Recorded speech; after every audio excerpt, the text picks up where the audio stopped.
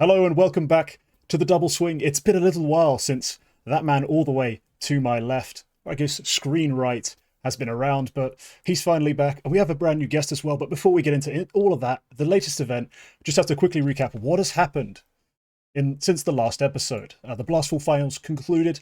My favourite and one underdog scored some points, but Eternal J, who substituted for Yumi, was able to pick the winner with his G2 selection.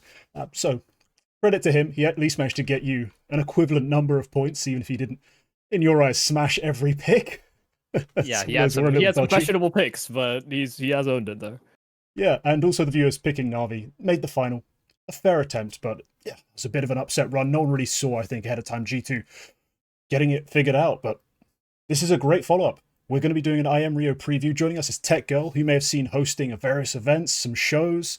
So it's going to be a pleasure to see what her take is on some of these teams, especially when we get deeper down the list. I'm always curious to see what your takes are on those sorts of underdogs, those dodgy teams. But yeah, thank you for joining us. You have first pick. Let's get this underway. I have so many questions that I want to just discuss before we even begin, seeing as we're here. Right. Like, for example, how did you determine which teams sit in the favorites group? It's literally, we cut the group in half. The top 4 HLTV ranked teams are favorites. The bottom 4 underdogs. We used to get finicky. We used to switch them around. But at the end of the day, we'll just use something that's there. We can just make reference to easily, show it to guests, rather than having to draw up our own specialized diagrams for everything. I mean, it makes logical sense, but I still am questioning the VP in the favorites. But it's fine. We'll discuss. We can discuss it when someone picks them. I guess I'm already questioning, but it's fine. It's fine. I'm gonna choose my favorite. Right? That's where we're going. I feel like already everyone who's watches this is like, check this girl. She comes on here for 2 minutes and she's already complaining about how this is all set up. Okay, I bet you people agree with me though on the VP thing, but here's my favorite. Obviously, I'm gonna go with Navi. I'm gonna play it. I think it's a relatively safe pick, to be honest. So Navi it is. Yeah. I mean, I don't really have any qualms with Navi. I mean, what, 5 grand finals, and I mean, they have been the team that have, I think, mixed strategically. They are the best team to watch right now because every event they give something different. Like somebody else is the focus on certain maps, and I don't know if that's the diversity of calling that they have with like Imma being that actually fully fledged second voice, or even him finding sort of individual form back, or whether it is Blade. But there does seem to be a lot of method behind a lot. I guess some of the early or inconsistencies that we see with a lot of the players on this Navi team. So yeah, by and large, they are, I guess, the favorite of this event to at least make it deep into those playoffs. Of course they are. They have to be. The one thing that still maybe is a question mark is they got past the BO5 Demon, right? They beat Eternal Fire. It wasn't a very convincing win. And then they go lose their next BO5 to G2.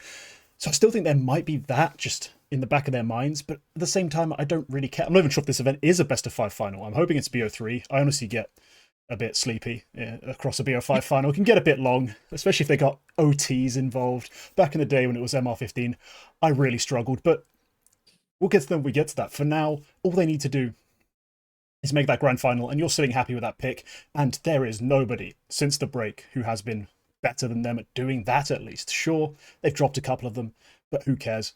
They have been the #1 team in the world now in this season. I don't think there's any qualms with that pick. No one can really complain. It was a very safe pick. But I also believe in Blade. I've told the story a lot, but I'm just going to tell it again because I think it's so interesting. When he first changed this, when the lineup first changed and it went international and there was rumors that Simple was leaving, I got to interview him at that Gamers 8 tournament. And I said to him, like, do you have a message for the fans? And he said, just give me some time. Wait until Blast World Finals and then give me one event next year. And then wait for the major. Like, if by then you don't believe. And then he went and won the major. Like, that was his whole thing. He was like, just give me this, this, and this, and we will peak here. And that's exactly like the exact way he told me it was going to unfold. It did. Maybe that was just lucky in the interview.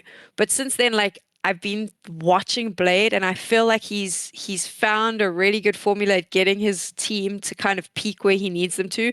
And I think that's the Navi we're seeing right now. So I just really believe they're going to continue this run that we're seeing, where we're going to see them in grand finals or close to grand finals all the way through till the end of the year. But in the same sorry. No, continue. I was just saying, I've just completely jinxed it and they're going to get knocked out really early because now I've said that story. I was going to say, in the same vein, is IEM Rio important enough for them to peak in an event like this? I don't think they'll peak, but I think that I think that the G2 loss was a heavy one. I don't think that they played as well as they should have. I think they know that they didn't play as well as they could have. So I think that IEM Rio is that nice little like palate cleanser that just kind of, hey, remember we're actually quite good. Yay, good time in Brazil, and get you back on track for the end of the year.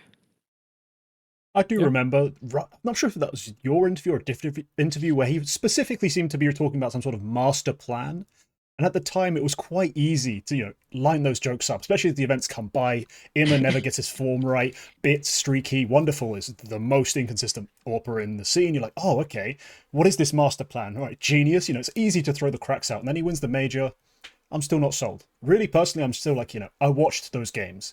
JL hits those shots once a week in deathmatch. He doesn't do that in big events, typically, and not with that consistency. So the fact that post-break, I start believing in this master plan. I'm watching this team not only playing beautiful, like theoretical Counter-Strike, but all the players seem to know exactly how to take their fights. They've got some autonomy in some positions, but so much structure to fall back on. Yeah, he made us look like fools. Those of us who made fun of that sort of mindset, this like, I've got the master plan coming, believe. He did. I mean, the timeline may be a bit skew. Maybe he got a bit lucky with it coming in exactly that point that he wins the major, but who cares now? Like, it looks so hot. Yeah, I think as well with Alexi, I always had a lot of faith that he'd innovate first, but weirdly enough, when at the start of this year, Blade even said like Alexi isn't a tier 1 IGL, and he had like a lot to learn and a lot of molding to do to be to where Blade was happy with what he was calling. And even then, I don't even know if that's the case, if Imma is still as vocal as he is on this team. So yeah, I mean they've obviously grown a lot into that position, and yeah, I mean a very deserved first favorite, which is a bit of a shame. I might have wanted to pick Navi myself. We do have the second pick as you requested. Yeah, the board's open for you. Who are you taking? Well, I'm picking the apparently rumored that the Falcons are interested in the in-game leader from this team. I've gone with Vitality. Oh. I really like this team. Well, I see you jumping. I'm concerned at that. But Vitality to me are. I really thought they were going to fully break out after last season, and I mean when I say break out, I mean almost break down. Simply because I didn't know if Apex was going to continue with this roster given his volatility. That and Flames felt underutilized, but they are actually doing better in their positions, respectively, whether that's Mezzi in some of his anchoring positions or whether that's FlameZ in some of his CT activations. This Vitality team is kind of steadily growing, maybe not to the rate that I would want to if you want this team to be a proper sort of champion contender. But they have the pieces, I think, to actually succeed. I think Spinks is actually being more impactful. ZywOo is I mean he's still ZywOo. So for me this team has the firepower needed. They can go blow for. I mean if we're really gonna talk in parity to a team like G2 that just won the most recent event. I mean Vitality actually have as much or the same amount of firepower as a G2, and I think they are more tactically sound than that team. So for me, I don't see any reason why they wouldn't make it out of this group, and they actually couldn't just win this event. I cannot believe that the Apex rumors only dropped now, because I legitimately thought that they would come, I would say, at like the start of IEM Cologne during the group stages. I was like, why is no one talking about this? Because I saw some things that made me think that was happening. I even was so bold as to make a comment saying, oh, well, is this one of the last times we see this lineup together lifting a trophy? However, I think because they lifted that trophy, that potentially changed the conversation. So I think I honestly believe had they have not won IEM Cologne, that maybe Apex would have been on his way to Falcons. I don't think it's going to happen now because I think that they've got the winning formula. I don't think they're like the safe pick into every tournament. I think that they have the potential to win, but I felt like those rumors were valid just before that trophy got lifted. For no reason other than the fact that I saw two people having breakfast together. and it seemed like a weird thing to be doing at a tournament. Because this is why I'm not an analyst. That was my deep analysis of that rumor. Was I saw two people having breakfast together. That's fair, though. The human side of it often is way more important than anything we can say about the strategy, the form, the way a player's been playing, where a guy's been calling. You know, so much of it is about personal relationships, belief in each other. But yeah, seeing two people having breakfast together may be more tenable of a connection than any of us could ever make without even that much insight. This is why I don't have a leaking Twitter account, though, because I would be just like those dudes that leak rumors that are absolutely unfounded. Oh, well, I saw someone drinking a cup of coffee with this person, so they must be leaving their team. Yeah, I mean, body language, there's so many things you could read into, but no, I obviously can't disagree with Vitality being a good pick. I'm a little concerned. Yeah, they lost a series to G2. Should I really carry that concern into this event? Probably not. Let's be real. They are a team that's capable of having lows as much as any other. They are it feels emotionally volatile, so if things get bad, they can lose a map, and it's MR12, you lose maps a lot quicker now, so I think, yeah, this is not a loss you should look too much into. I'm going to be very happy if I'm picking them going into this event. They still have... Is he the best player in the world right now? The debate's constantly raging. We always see it like, is he the best player of this season? Win ZywOo? I don't really want to get into that right now, but I just want to say he's as good as. If he's not, he's as good as. We might as well call him that. They've got such a talented roster behind them, and a caller who has chops. It's just, again, that emotional stability that we always question, if he can actually keep his cool and actually give the team a chance to recover themselves and bring themselves back into games. But for now, Vitality, yeah, they're not ranked the second highest, but I'd have a hard time debating against them being the second best team at this event. It's fair enough. It's also like the most commonly pointed out thing is that even if theoretically Apex did join the Falcons, like they're just gonna have temperament controls on or issues on Falcon. They're gonna be like the most tilted team in Tier 1 if they even make it that far. It's not just desks getting punched at that point. It's old school like Counter-Strike LANs where people are actually getting smacked out. That'd be amazing. It would actually be close. That would be my dream. I'm pretty sure someone would ban it, but it would be fun. Yeah. Definitely. But all right. Now, I'm third. That means I get 2 picks back to back. Who do I lead off with? All right.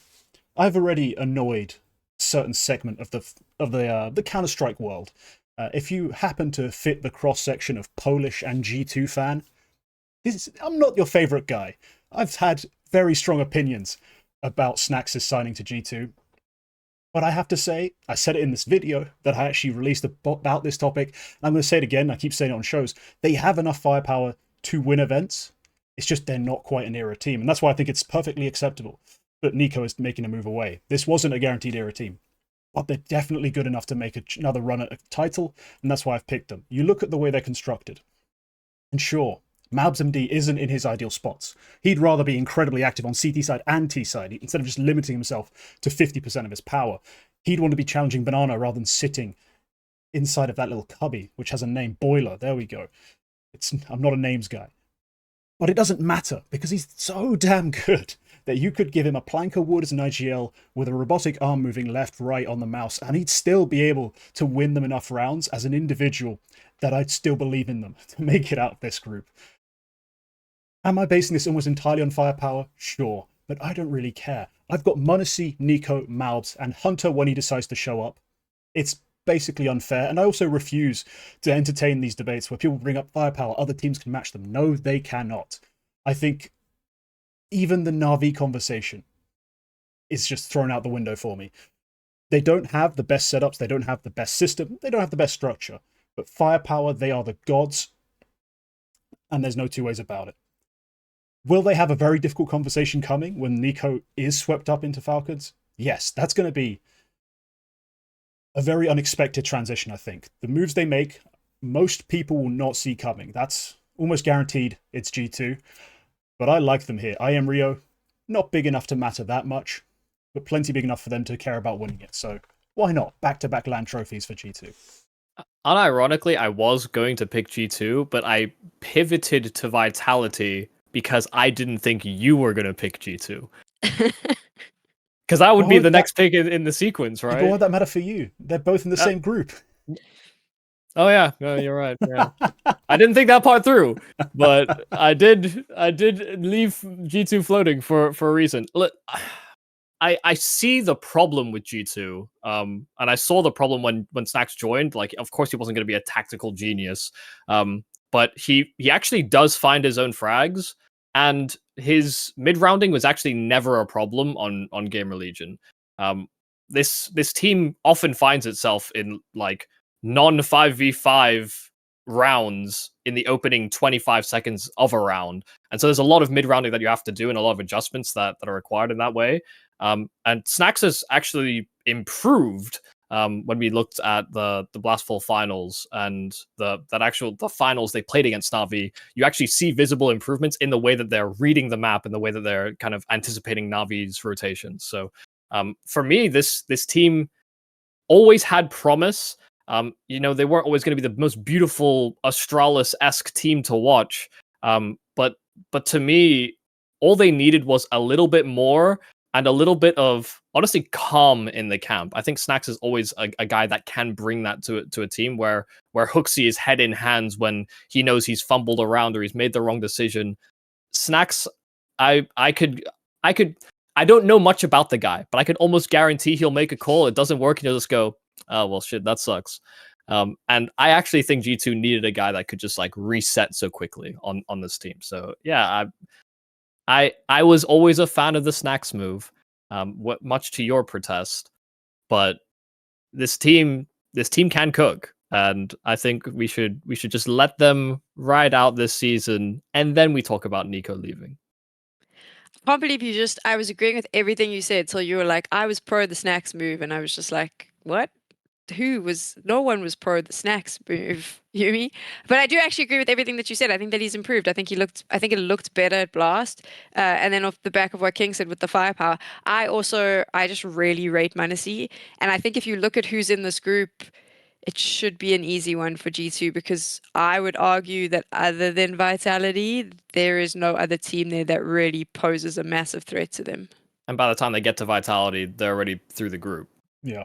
100%. Yeah, the bogey game is that Eternal Fire game, who have had also their own sort of improved calling. They have a rifler and go toe-to-toe with majority of their players.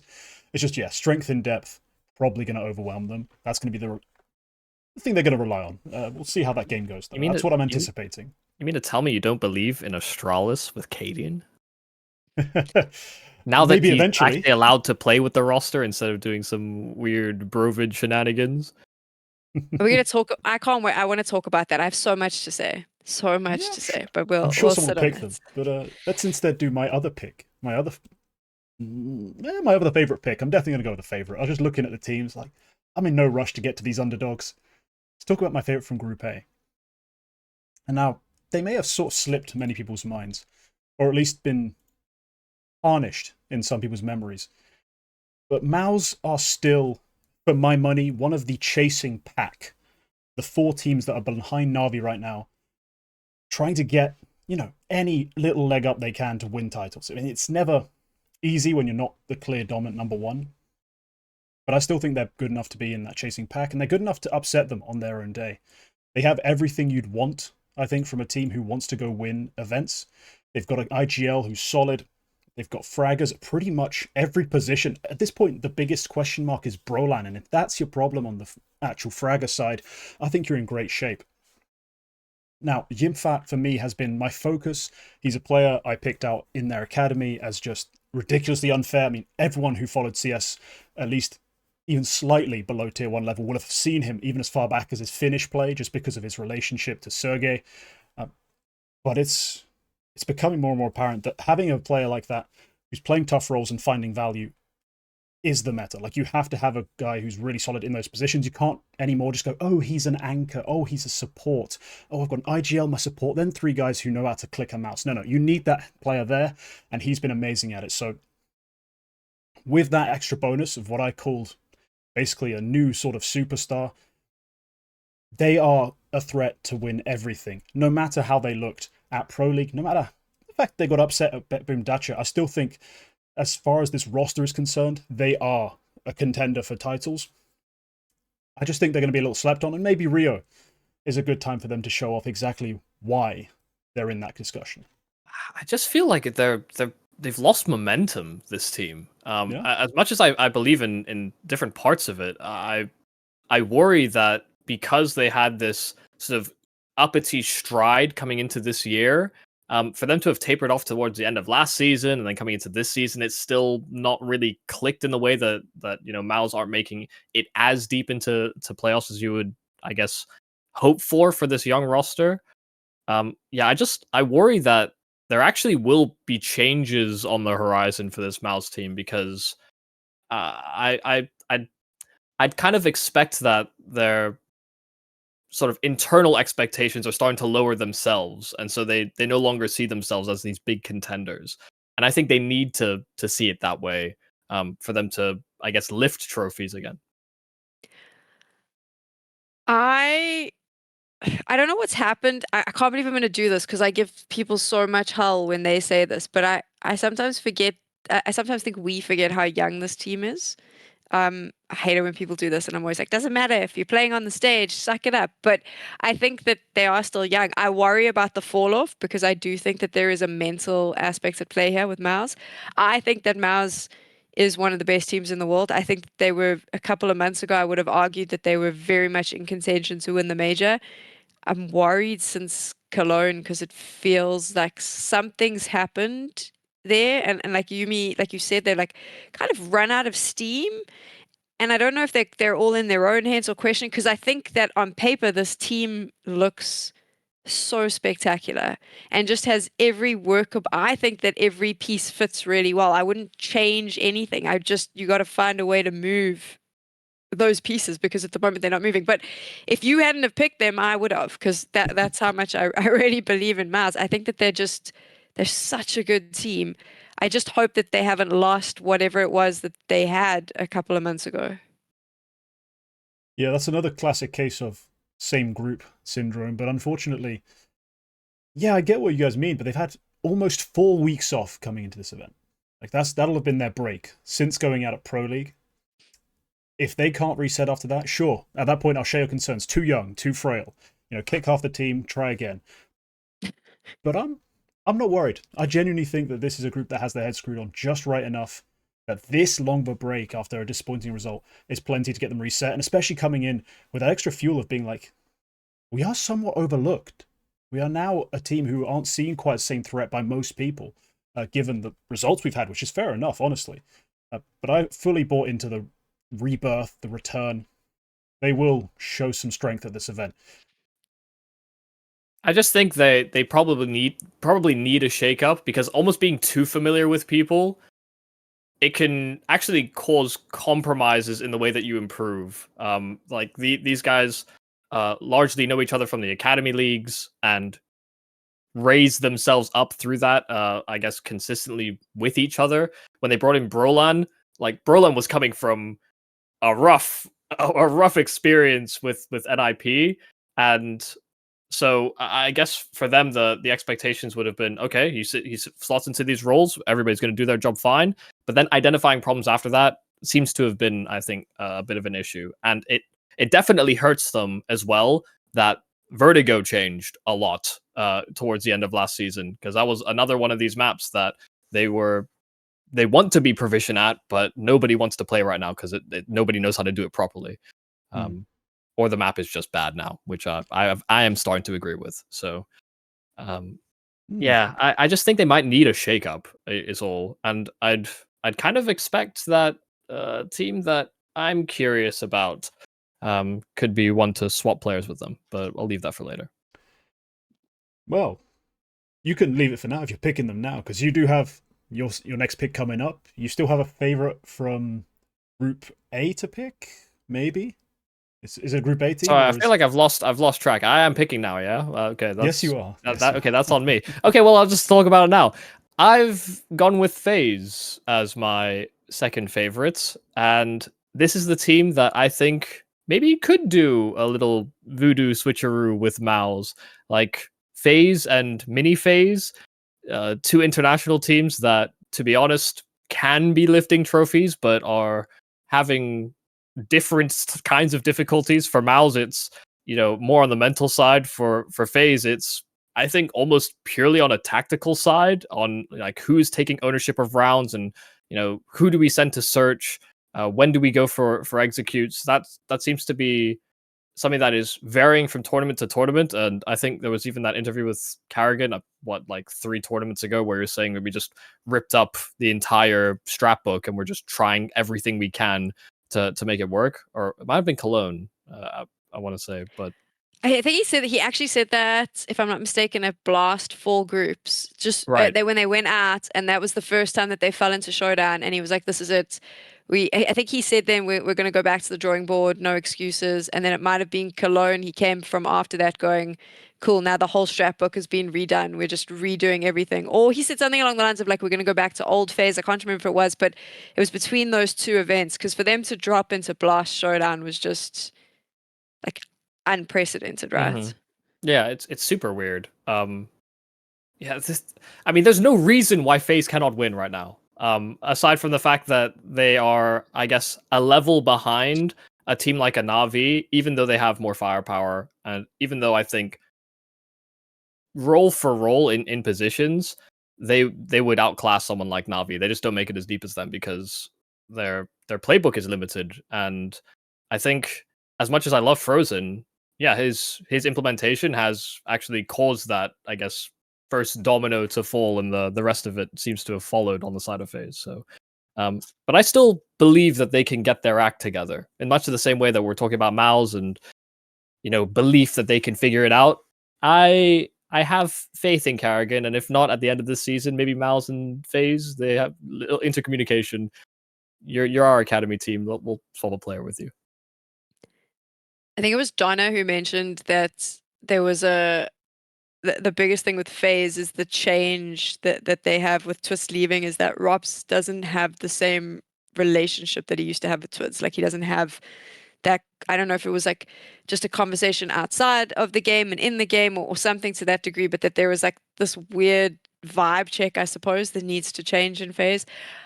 I don't know if that's the case there and if they're trying to feel each other out, but I mean, I would get your pick just because it's Carrigan, right? But I do think it's sad that FaZe is no longer the team we talk about as a favorite. They're like could cause an upset here.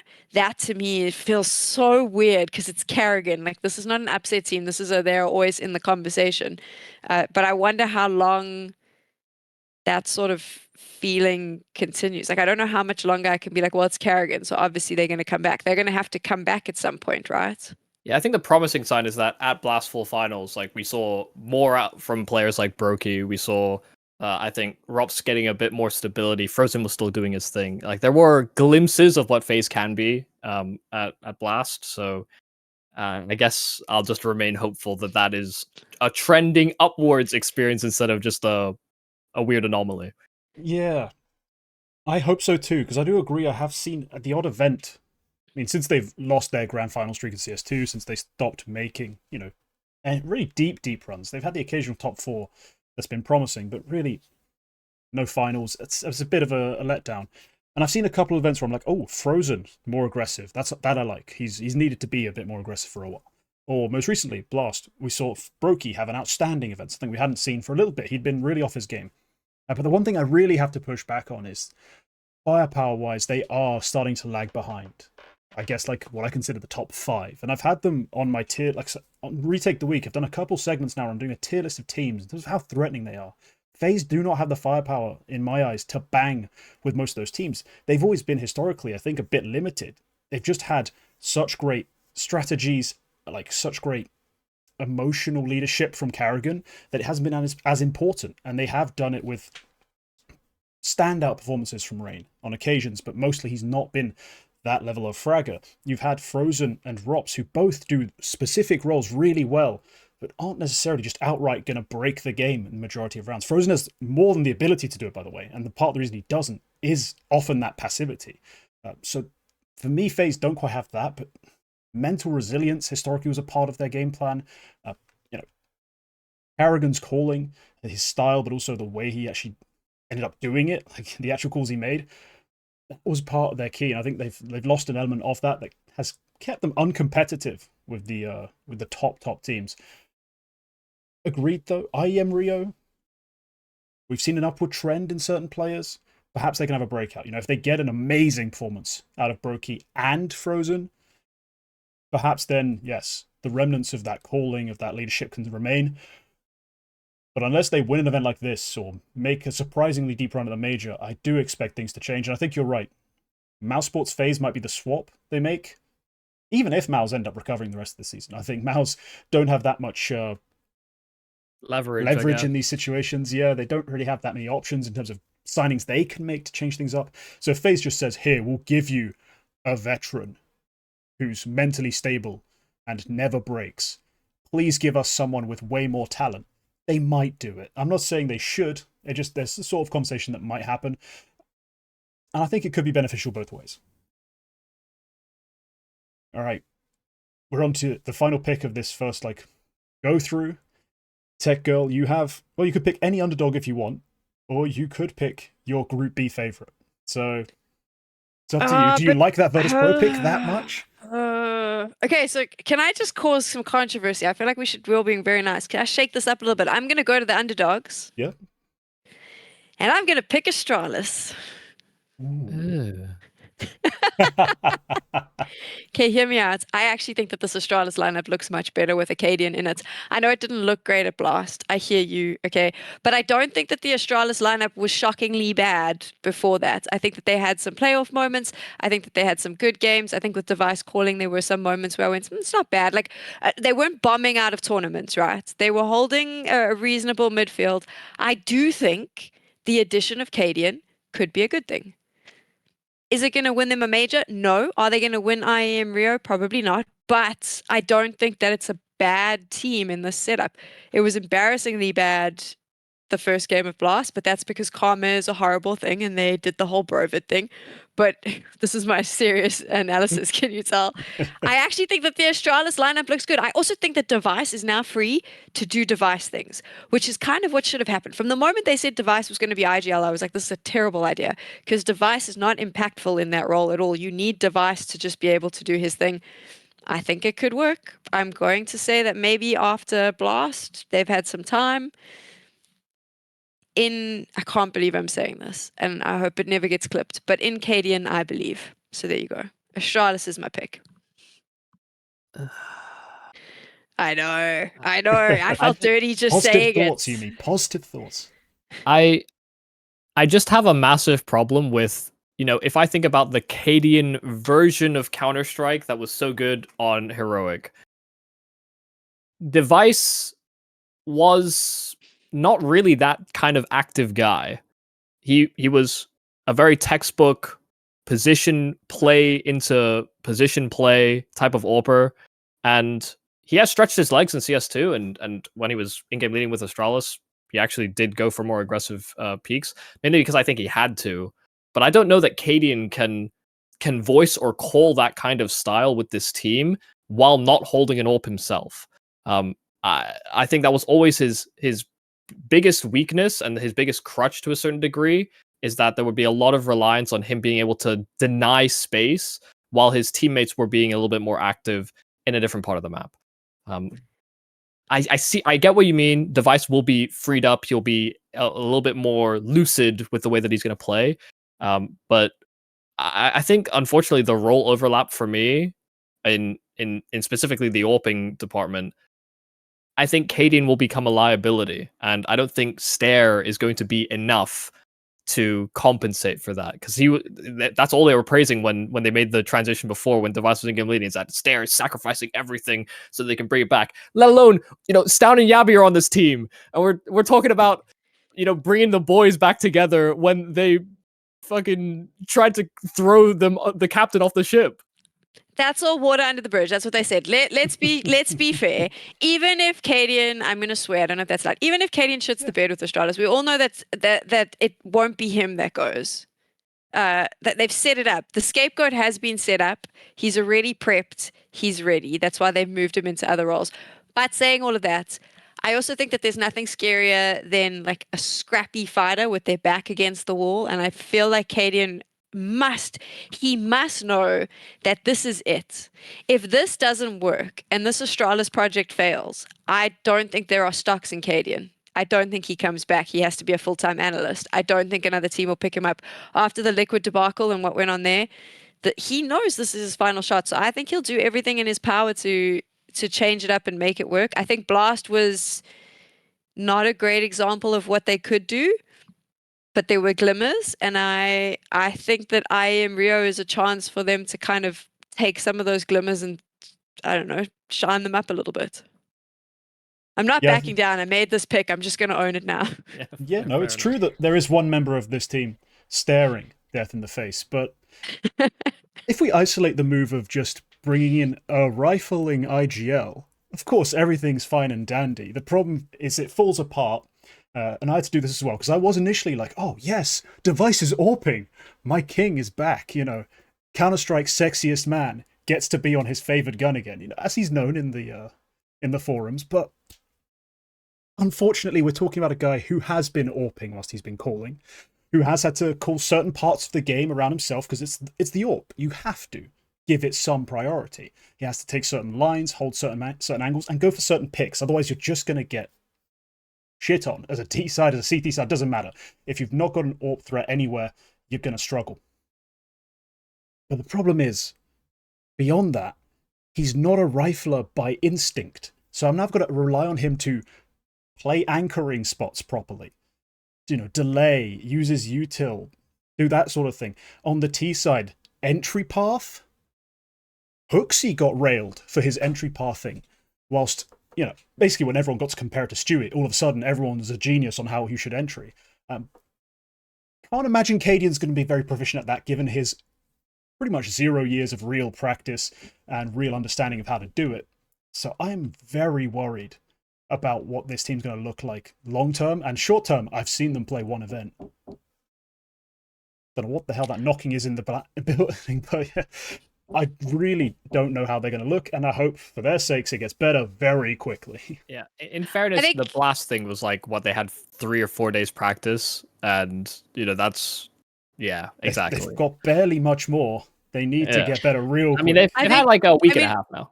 I'll give you this. I think that Cadian is dead average as a rifler. That's generous. Yeah, I mean, there we go. But I think he has very good pieces around him. And I think that if he can call and set those pieces up, can he? I don't know. But I do think that this Astralis, I'm not going to say long term, I'm going to say short term. I think that this Astralis could do half decent. I think that they'll do a decent enough job at IEM Rio. I think that they'll do a decent enough job through the rest of the year, and that'll keep them alive for a little bit longer. Okay. Well, I think you're one of the more positive people I've spoken to about Astralis recently. But to be honest, most of us have been discussing how evil they are, how they are Blastralis, you know, all this other nonsense. So it was quite hard to get to the real meat and bones of the analysis. But on that note, TechGirl, you do have another pick now. Like, you have back-to-back picks. Yeah, but I just don't want to. I don't want to choose VirtusPro. You don't have to.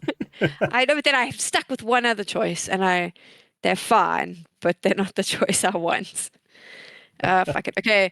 I mean, it's Eternal. I'll go with Eternal Fire because I don't want the VP pick. They've been doing well. I don't know if this team, I think that they have these really good runs. I think that they look great, but I don't think that they have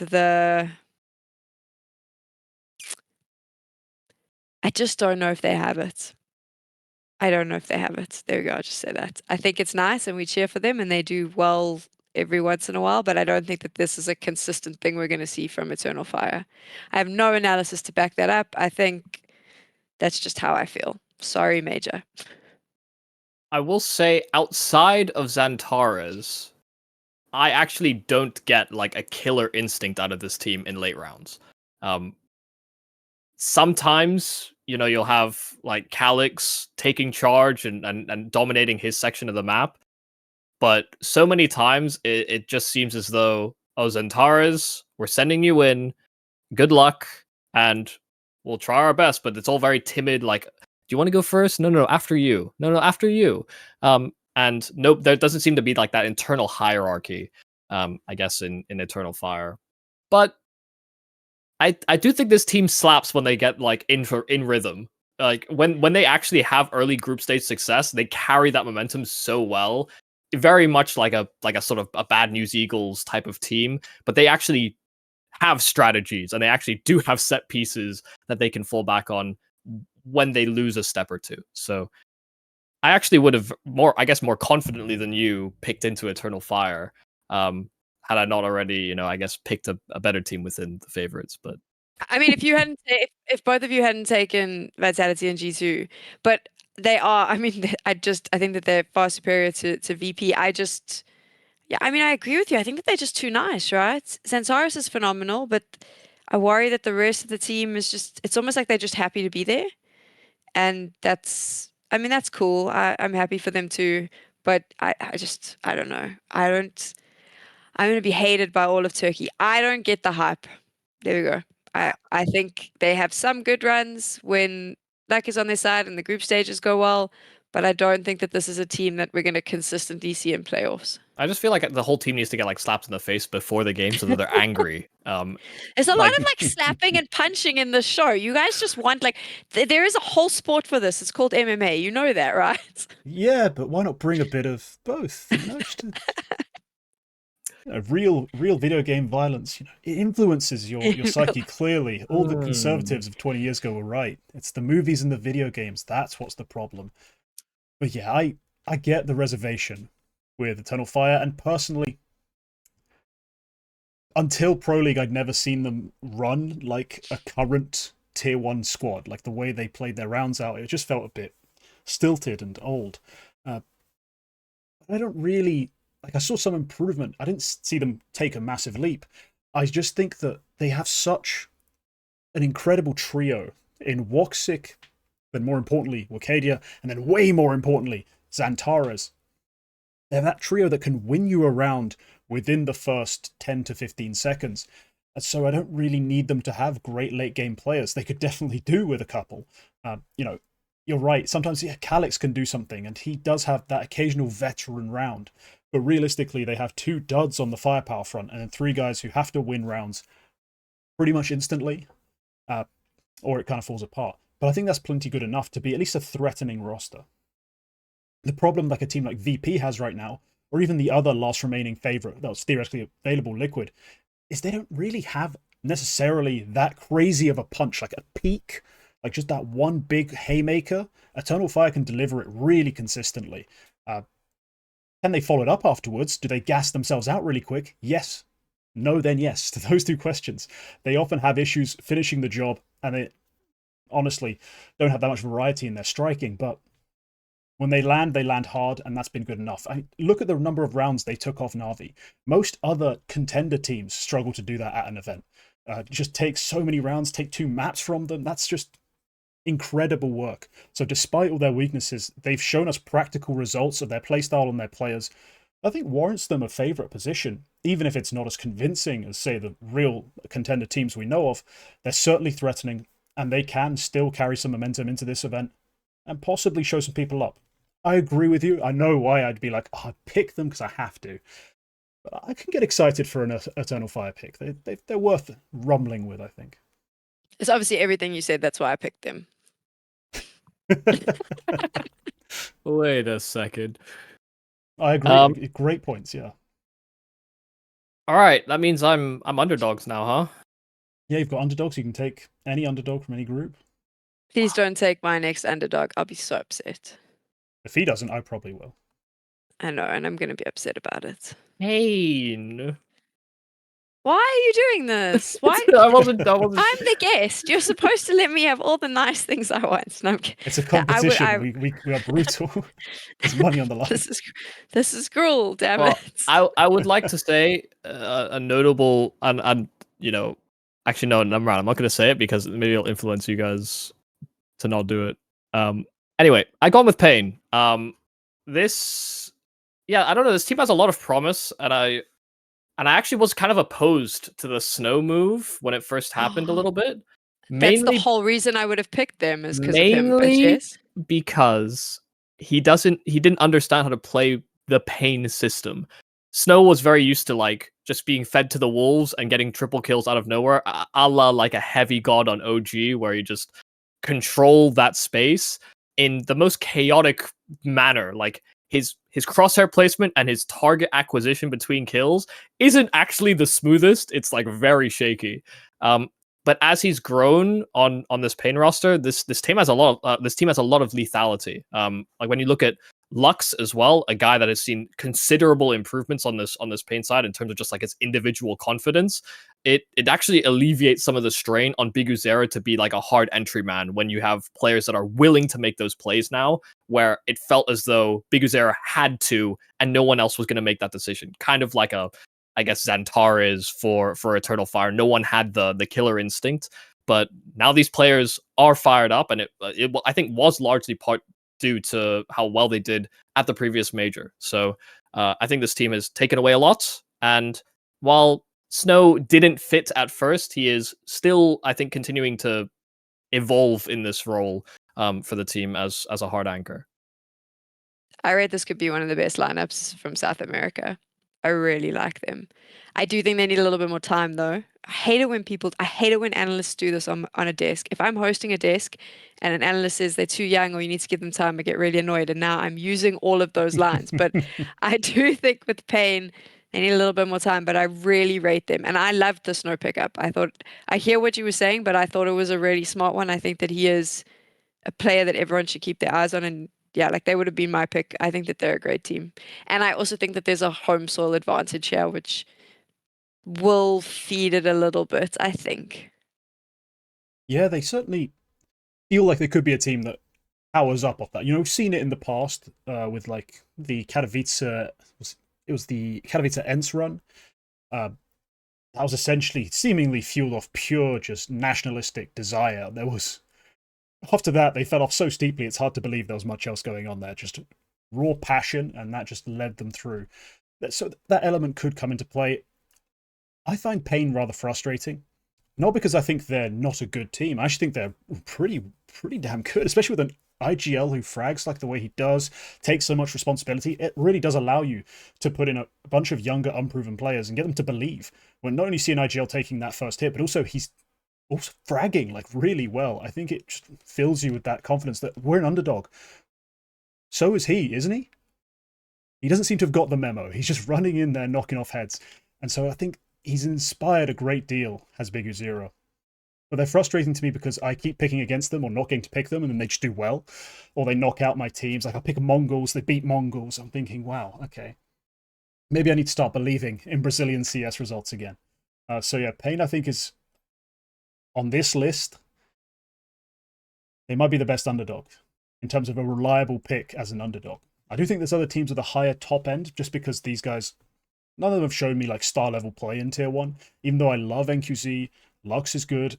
Snow is mechanically, like raw talent wise, is pretty solid. Like he's not, as you said, that clean about everything, but I don't care as long as that bullet goes in the head, right? Like that's what matters. It doesn't have to look pretty all the time as long as it functions. And so there's something about them that's endearing.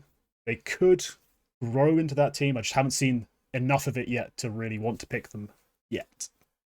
And it's not to make comparisons too simple, but Snow actually aims like when he's rifling, kind of like Simple. Like no the way pressure, mate. You just look like Simple when you aim. No, like genuinely, just the way that he darts between targets is so like sporadic, and he overflicks, and fast compensations.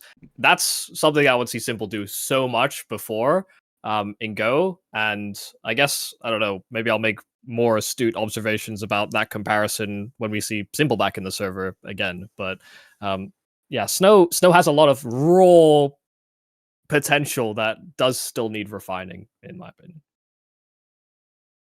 Yeah, that leaves me with 2 underdog picks to make here. And I think the first one, I'm going to go with a tried and true pick for myself. I can't stop picking them. And I really should. So I don't think it's going to work, but I'm going to take Heroic. It's a shot in the dark. It always is at this point with Heroic. I'm just looking at a roster, the way it's constructed, the players they have, and saying it can't be like they can't keep falling short forever. They're going to come back to it. They have more proven talent in terms of tier 1 ability than pretty much everyone else in the underdog section, I kind of have to go with them. Nerds hasn't had the greatest time since since he got taken off events and ended up here. But he has had again, he's one of those players on the rise again. He's had a couple good events, and I've liked what I've seen. Dexter, all over the shop, but he has had the occasional map that's been close to old Dexter. He's shown it's still there. The genie's still in the bottle. We're just not quite able to open it and just let it out all the time. It sneaks out every now and then, but it's not consistently there. And they have two very solid role players who have been a part of title-winning teams, mostly online title-winning teams, but it's still something. They made big finals in LANs as well. And a caller who everyone said they loved, and is now like still saying he's good, but now they're using the old adages of he needs more time, he's young, in Kixan. I think this roster is the best constructed roster in the underdog section, and has had some of the best results historically, the most tenured players. They always seem like a steal as an underdog, so I have to pick them one more time. Do you think Heroic's just been really unlucky? Because I do think that they have this. I think it's an incredible lineup, and I'm rooting for them. That's my biggest thing. Is I do think that if you look at them each individually, they deliver, and when you put them all together, it should work. But it feels like every time there is a chance for Heroic to do something, they just get hit by. It's always something that's unlucky, like the Pro League snap tap drama or whatever it was, and there's always just Dexter not getting a visa or whatever else. I feel like they can't. To me, it feels like Heroic just can't catch a break. I think they kick Dexter at the end of this year. And get some bias? Well, there's if that. They can. If they can. Yeah, I think Dexter is a problem on this team. A lot of the conversation I had for Heroic was a large part Tessis, Shush, maybe slandering Nerds a little bit, but I was like, oh, look at his stats, but he's actually not as impactful as these other guys. But even with Nerds, I guess, finding a bit more of a groove or a rhythm with this team, I think Shush and Tessis are actually struggling since Dexter came onto this roster. And I don't know what it is about Dexter on international teams, but OG didn't want him. And I'm not sure that Heroic are going to stick around long enough to find out whether or not he's going to improve going into next year when the calendar will be jam-packed and it'll be tournament to tournament to tournament. So I think it might even genuinely just be like a comms thing for Dexter, which I think is strange to consider, considering how good he looked on a Russian-speaking roster. He's not always been the most consistent when he's been international. Yeah. There's something to consider there, because he does also have that reputation, sort of, that he's toxic is always the word thrown around. I just always think it's more of a question of not fitting in well with specific individuals. I assume he's not just sitting there slamming his desk calling people different colorful terms when things don't go his way. It's more that he's just probably just the way he reacts to things maybe hasn't fit in well in different teams. I see that where you're coming from in terms of their results continue to not improve. Sure, look for another AWPer. But I think at this event, and like every event where I've picked them, I have to say, I have to see the 5, I have to see the potential, and just believe one more time that it's going to happen. It's an underdog pick. It's not like I'm picking VirtusPro for the 17th time in a row. I think there's some validity to at least trying it. It's also, can Kixan stop buying Negevs on mid on Anubis? Yeah, that would be it's getting great. The novelty is wore thin. Yeah, okay. Second underdog. I have to go Group A. And as much as I'm tempted to do what I think would be a little bit of a rogue, but maybe underrated pick, and take Imperial, I'm not going to. Because I like my sure things. I like my star riflers. I'm going to take Complexity. You guys take all of my picks and it upsets me so much. That's the thing. I don't have my picks. I have anything can work for me. I will make it work. I mean, I've justified picking NIP 1 week, next week talking about how terrible NIP are. You've got to be able to adapt and overcome. This is a very survival-based show, so... You first picked underdog Astralis. I mean, Just for Yeah, a it's kind of on giggle. you. That was just for a giggle. Well, we're all laughing, so I guess Yeah. it worked. That Yeah, was just to shake complexity. things up a bit, you know, a little bit of Yeah. spice. It is fun. I don't mind you picking it because I didn't have to. That's the key thing to remember. Complexity seemed like they were destined for just the bottom of the barrel when it came to crashing out at Cologne, not making it through the Blast Showdown. I mean, losing to Falcons. Come on, lads. It was looking dire. But their Pro League performance actually inspired a lot of hope in me. Wins against MOUZ and FaZe, and then some bad teams like Astralis, but they actually showed up, delivered some playoff wins as well with that FaZe victory, which I don't think anyone saw coming. I think like most, we all thought, yeah, this is a FaZe, maybe run to the quarters, get stopped immediately by Complexity, and it's not even a Liege who did it, so that was a bit of an anomaly in that case, but at least it was something from the underperforming players everyone's trying to cut. At least there was something inspiring going on. Liege has the potential to be the best player on the server against almost anyone. There's very few teams where he's not in that conversation, and one of them isn't even here. So I think that works out very nicely for them. As an underdog, there's something that I like about them having a solid IGL I can rely on and a star player that I know can deliver those big hitting performances. For me, that's very important. Hopefully they get it right this event and at least win that opening matchup. Make things interesting. It's a home derby. They then get to probably play NAVI. That's where things get difficult. But that Liquid matchup, it's always a good one for bragging rights. There should be a lot of ego, a lot of machismo going into it. I hope they can deliver that knockout. That'll be amazing. Isn't Complexity the worst though because of that? That on paper they should deliver, and not only on paper, we've seen them deliver. Right? We all know that Elise is one of the best players in the world, and we've seen on a good day when he's popping off what can happen, what the whole team can do really well together. But then they just switch off. You can actually physically see it happen where like everyone just kind of checks out. And I think that's for me, that's the reason Complexity just struggles is they just switch off as a group. And it's so frustrating if you're a fan of theirs. So annoying because we've seen what they can deliver. We are well aware of what they're capable of. And yet for some reason, they just fall apart time and time again. I think too much of Complexity's win condition actually centers around JT not losing his life on every entry. I mean, at the height of Complexity towards the end of last year, Yeah. JT was actually outrageously improved in the early stages of CS2. And it made a massive difference. We still had Elige having those good events. We still had, we actually had Floppy and Grim closing rounds or finding good kills in the mid round. I think without that consistent punch for JT, which has been here and there from event to event, this team I think struggles to get any sort of consistent groove to themselves, and I guess that is part of the problem as well with relying on your in-game leader as an entry fragger, is that there will be inherent volatility, which is why we often will look at Floppy or Grim as, well, you can't kick the in-game leader, and he's okay. He does his job most of the time, but Floppy and Grim actually do need to step up quite considerably on this roster still for me. So unless JT can go back to entering like Donk in CS2, then the team needs a shakeup for me, because I agree they do seem to sort of shut down after the opening row of fighting, even before they've lost rounds. Yeah, a lot of negative stuff, but that's fine. That's fine. It's an underdog pick. These are all flyers.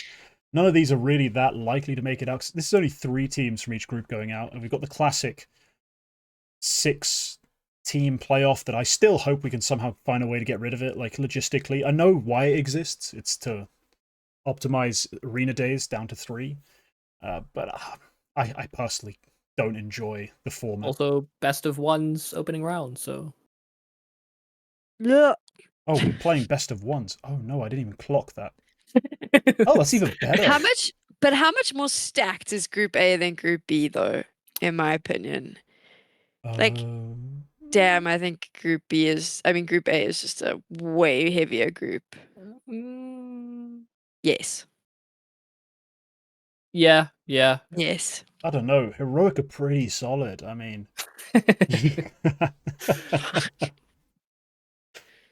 it's fine. Yeah. They're my pick. But speaking of picks, come on, Yumi, you've got an underdog to pick. You're picking from Group B, the Right. weak one. I was gonna strategize this, but I don't know if I can be bothered. I just want to talk about this team, and we could have done it anyway, but fuck it. I'm picking 9Z. Knew it. It's a good Sorry. pick. I love the cut of this team's jib. I to be honest, I wanted to pick the Mongolz because they have opening round VP, and it's like winnable. But 9Z, they have Vitality first round, which I don't know that I believe in so much. But I love, and I always think about Counter-Strike rounds and like T sides this way, is I love the conduct and like the conductor kind of mindset that Max is in on this team. The start and stop sort of rhythm that they play, very fast and then slowing things down, waiting for extreme lurks and crazy, honestly crazy playmaking from either Max or DGT. This team actually has a lot of cool sort of stutter stepping that I think a lot of teams are straying away from and I guess simplifying. But 9Z are still making that a big part of their acclaim. They are a team that can hit, and I still don't really know what Hwaso Peak does, like specifically, but he kills people pretty consistently on this Confused team. casters, that's what he does. I mean, it's odd because I see many games where Hwaso Peak has like 20 plus kills, but I won't remember a single one of them because they're like the filler kills. He's a stalking filler on this team. And I believe in Buddha as this sort of young side anchor guy. He seemed a little awkward when he first joined this team, but again, these players are developing, and I think 9Z impressed at Dallas. They continue to impress for me. I love South American Counter-Strike. I have nothing to add. I agree with him. I just think that they're really fun to watch, to be honest. Yeah, That's all I have. I can't shake the fact that they have somehow managed to consistently lose to 3D Max. That fair will enough. shatter my belief in almost any Fair. team who's trying to have tier 1 aspirations. Yeah, besides Dallas, I have not seen much I've liked from 9Z. I agree with you that Max DGT, I mean, that duo, they've been together for such a long time under this banner. And they've also, I think, yeah, created this sort of style that both of them really like enjoy and can thrive in. That I don't think has been very successful.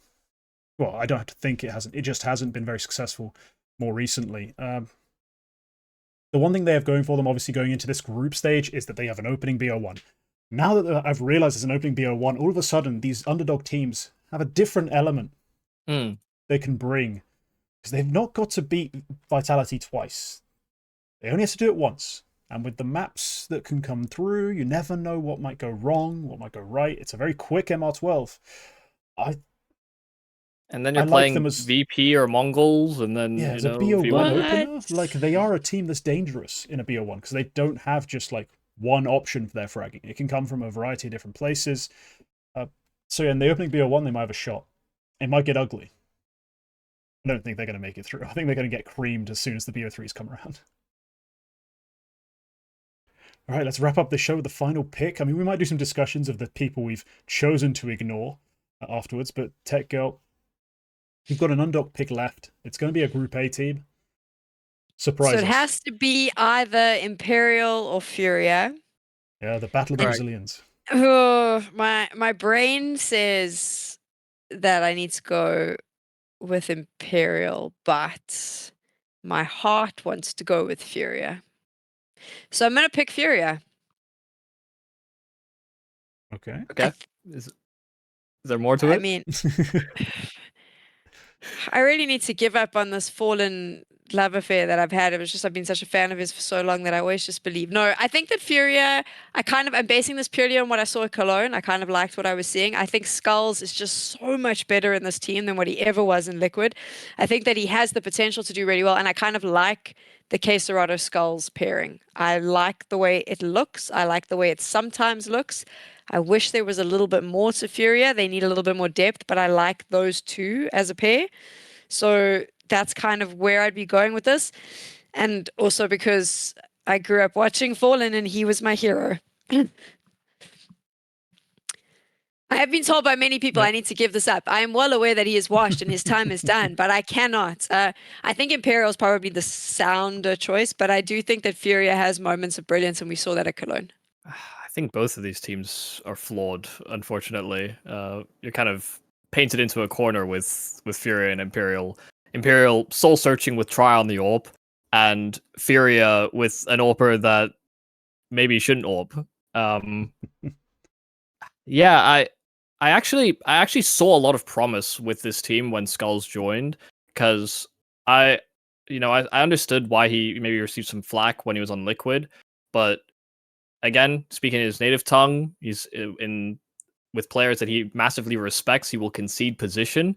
To be honest, a lot of the success of Furia to me was predicated on Cello stepping out of his comfort zone. I think this guy needed to be an aggressive rifler for this team, and it's not like he hasn't done that role before. But ever since he's been with Fallen, he's just been, I don't know, his lackey, his sidekick, and he will not go first.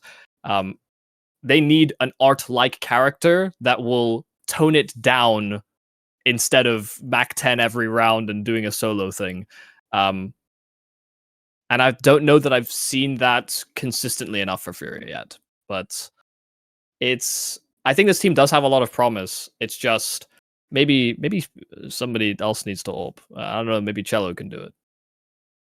I don't think I want to see Furia do the Cadian rerun so soon. I mean, it might be funnier if two teams are doing it at the same time, but I'd rather they didn't try that. I do like the problem is I saw the same things I think a lot of people saw. We saw that initial run of basically nuke games and thought, oh, this kind of makes way more sense. This is functional. We all saw the same thing. Come on, let's be real. Like Skulls Maybe looked good it in will work. Nuke merchants. And yeah, they were immediately just clearly nuke merchants, but at the same time, no, I got the vision that a lot of people had. And Skulls, the first language thing, I think is a very real problem that multiple players who've actually gone to Liquid seem to have encountered. Rainwaker going from old Bulgarian his entire life to having to make it work in English with NAF playing half the roles he wanted to, at best, at worst, all of them. It was never going to work, and I think Skulls encountered similar difficulties.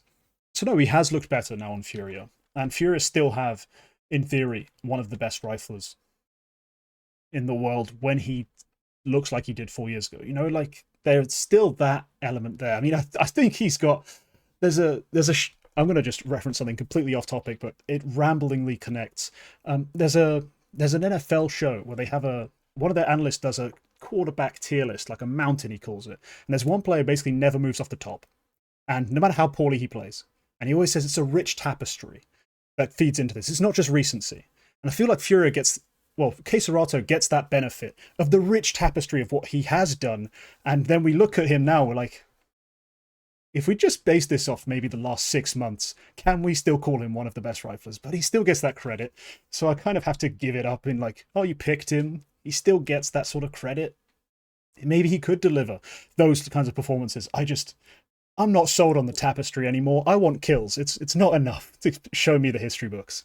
I think if you're going to compare, like, if you could compare them to complexity in a lot of ways, when Keserato, Yuri were at the height of their careers, Art was also, crazy, hyper aggressive rifler, taking so much space, blah, blah, blah, blah. Kind of like JT to complexity. I think the thing with Keserato, Yuri is that they have statistically still been almost as threatening, at least from an output position, even when the team was turbulent or, the in-game leading was looking awful or Art wasn't finding success, they were still getting quite a lot of kills, and you'd still see those mechanics very consistently, where maybe complexity don't. So I think when we're looking back at that tapestry, yeah, I mean, you still see him paying homage to it, but it is very difficult to see a way in which that actually lets them win trophies with the current way that Brazil internal transfers and all that stuff seems to go. Yeah, Cologne was ugly for him. Bet Boom was ugly for him. That's the problem I have. I have those events fresh in my mind, and sure, Pro League was a lot better. But I'm not sold. Do you know who I am sold on? And I couldn't pick them just because of how that whole thing played out. But I really love what I'm seeing from Liquid, and I can't believe I have to like swallow. I was really negative when this team got announced, and I was like, what a mess. Especially because Twist was like so loud and so vocal about what he planned to do as IGL, the role that he had in putting everything together, and like I can admit when I was wrong, and flip, I got this one so wrong because this lineup to me, like, so much potential, so much excitement for next year and what they can potentially bring to the table.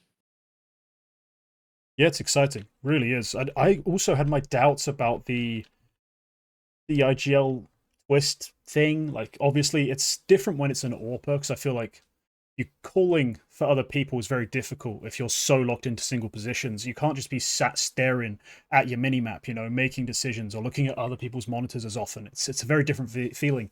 So there's always a case where it could work. I was just thinking this team, prior to him being the IGL, was so dependent on his fragging that if he fell off 10, 15%, you know, their results could possibly get worse. But instead, you know, he's managed to maintain a very solid level of form. Ultimate coming in has been amazing. I don't think anyone saw that coming. I mean, who'd have thought a Polish AWPer who wasn't even like that brilliant, like brilliantly shining. Like he had, if you watched his POV, he was skilled, but it wasn't like he was clearly a guy to pluck out of tier 2.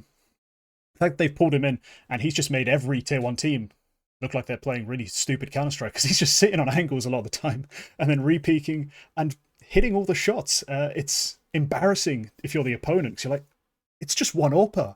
Like, I'm sure everyone's just looking at each other, getting mad, shouting, "Where's my flash?" But he's been really, really like impactful for them, and they've made it look like a genius move. Twist IGL, who'd have thought?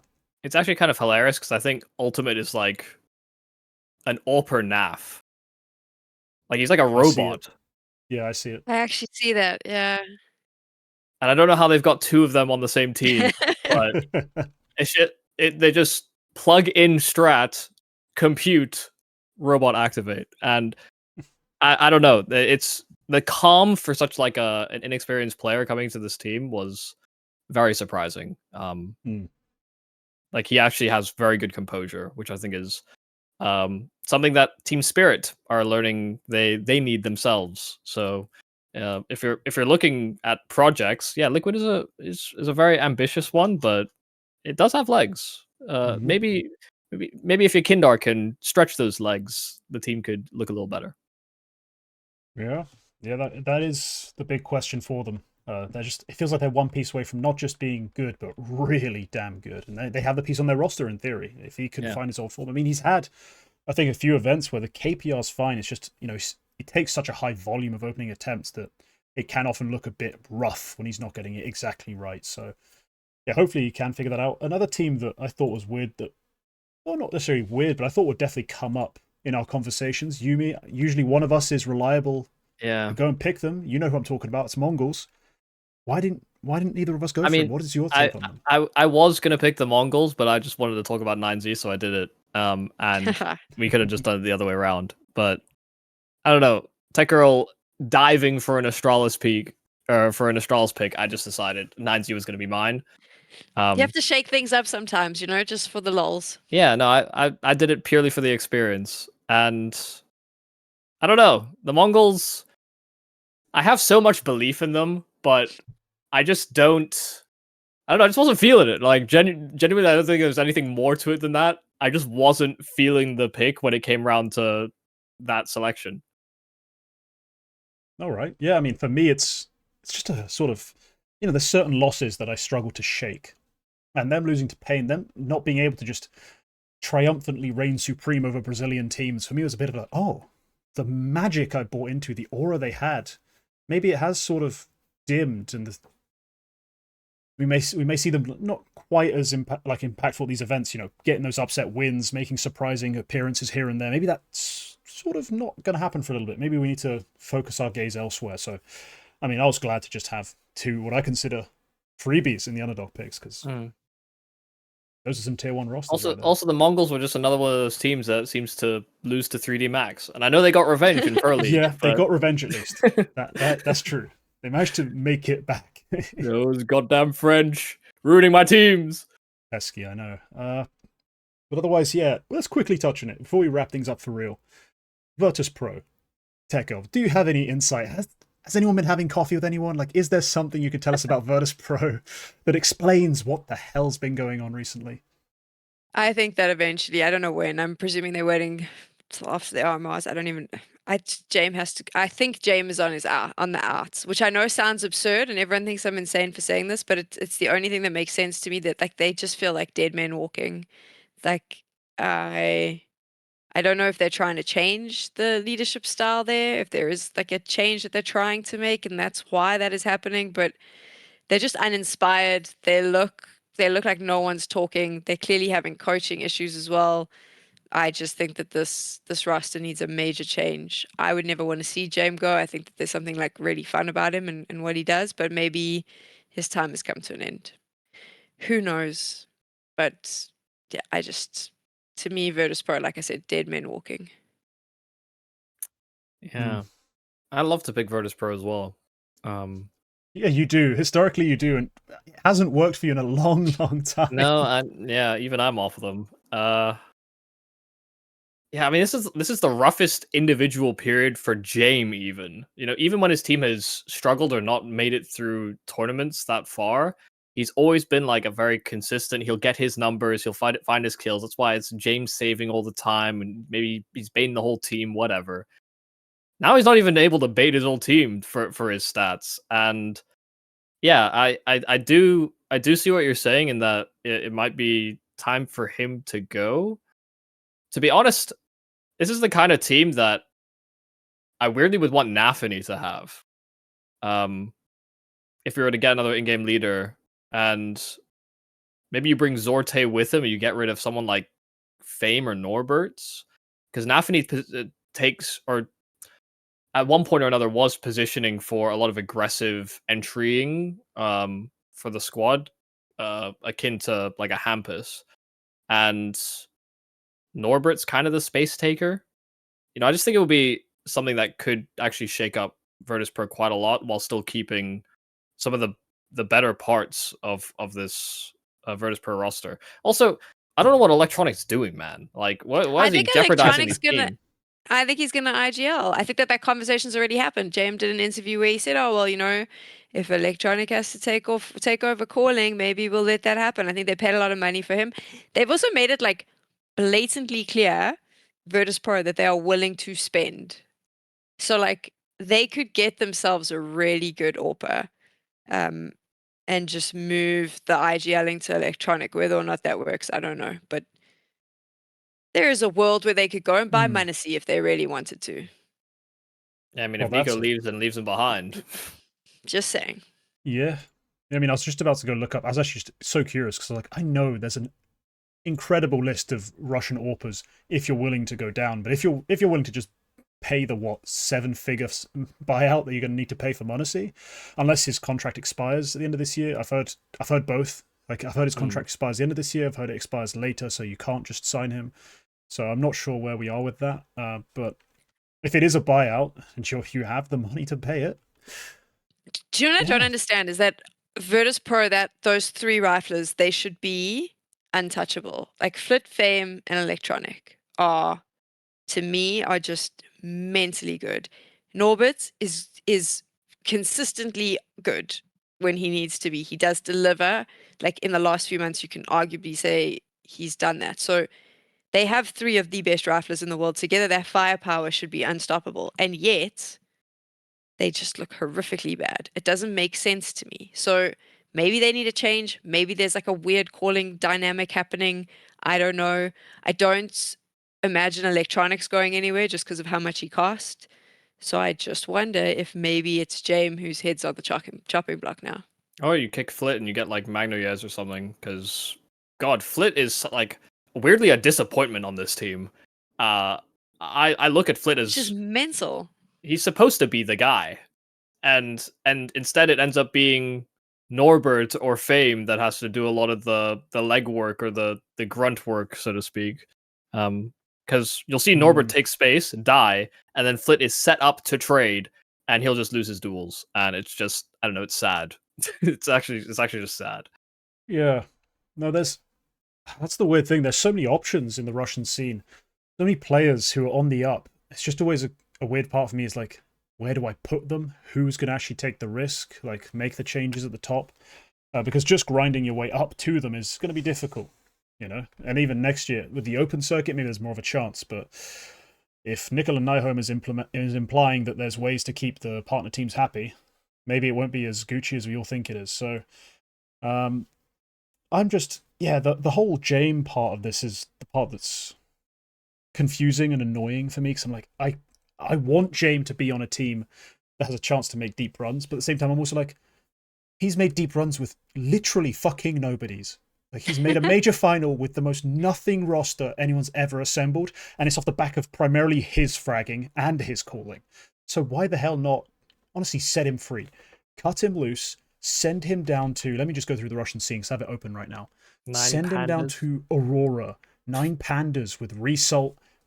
Idis Balance is going to be cut, probably going to cut Shalfiel Glowing as well. Bring in another Rifler and just try to rebuild again because he's been so great with nothing pieces, with unproven parts, with players that you really wouldn't expect to be in tier 1. Maybe this team with Electronic coming in's got too many like big name ideas, you know? Things that freedoms he wants to be allowed, freedoms that other players he thinks should be allowed. These ideas that just conflict with the way he wants to call for a team. And now everyone's just confused, not sure what to do, and they just end up in limbo. So, yeah, I'd say actually making a decisive move to commit to one system might be the way. And if it is Jame who goes, sweet. Pick a team, bring them right the hell back up.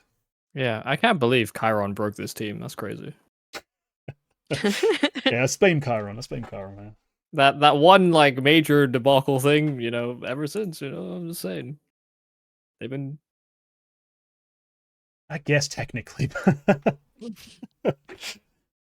No, I will say on VirtusPro, they were always so good at picking up, like you said, kind of like nobodies to upgrade their roster or like prospects. Or when they were a Vanguard, even like. Yeah, no, who the hell was that 100%. team? I know. Sanji, Buster, the good old days. But Yeah. I think they were so used to like picking up somebody younger or somebody fresher and then instantly finding success that when that stopped working or they stopped seeing that sort of, I guess, that extra step being taken up with those roster moves, I guess they lost their identity. And yeah, maybe James can go relink with Dustin and start something new. I actually would back that a lot. So would That'd be I. pretty cool. All right, we're going to leave it there. Wow, some interesting picks. I think I'm always glad when the guests do the crazy picks for me because then I can just sit there, pick my old reliables, and hope to score some more points. Can I just be clear that I had to get off like a 14-hour plane ride? I'd recorded like 3 other things before I got here. And I am well aware because I'm trying to stay up to put myself on American time for a broadcast Yumi and I are working on. I am well aware that when this comes out and I rewatch it, I'm going to go, what the hell was coming out of your mouth? That is what is going to happen. I am half asleep. I'm like, I know I'm going to watch it and be like, I cannot believe I said that. So I'm glad it was entertaining for you, but I'm probably going to cringe in a couple of days. It's all good. This is a live scoreboard. I mean, I can give a score update quickly before we leave, and the viewers/guests are 6 points clear. So when a guest, thinks they've had a mare, I'm always very happy to hear it. Yeah, Yumi is currently last with 33 points. I'm 38. The viewers at 44. Viewers/guests. I got to admit, there's been some banger performances during EPL, especially that have just left me shaking my head. Like I was like, how did they see this coming? But no. Thank you so much for joining us, TechGirl. Good luck with the event coming up and the sleep schedules and all that other nonsense. Hope it goes well. But yeah, that's all for this one. Leave a like if you enjoyed. Leave a comment telling me your thoughts on our picks. And look out for there won't be any polls, but look out for the results because they do kind of affect you guys. All right. I'll see you in the next one. Goodbye.